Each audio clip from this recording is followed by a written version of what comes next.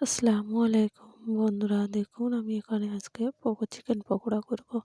তার জন্য মুরগির মাংস নিয়েছি, মাংসটাকে ছোট ছোট পিস করে কেটে নিয়েছি।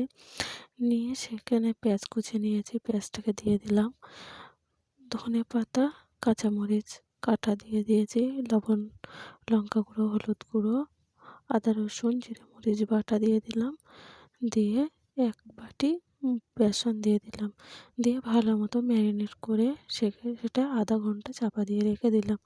তারপর কড়াইতে তেল বসিয়ে দিয়েছি, বসিয়ে ছোট ছোট মাংসের টুকরোগুলোকে ম্যারিনেট করা সেগুলো দিয়ে দেবো, একে একে সব দিয়ে দিলাম, দিয়ে সেটাকে ভেজে নিলাম উল্টে পাল্টে, ভালো সুন্দর মতো হয়ে গেলে তুলে নেব। নিয়ে একে একে আবারও দিয়ে দিলাম, দিয়ে সেটাকে ভালো করে সেই একই করে ভেজে নেব। নিয়ে ভালো করে লাল লাল হয়ে গেলে তুলে নিলাম। দেখুন বেশ কত সুন্দর হয়েছে পকোড়াটা। ভালো লেগে থাকলে কমেন্ট, লাইক, শেয়ার করুন।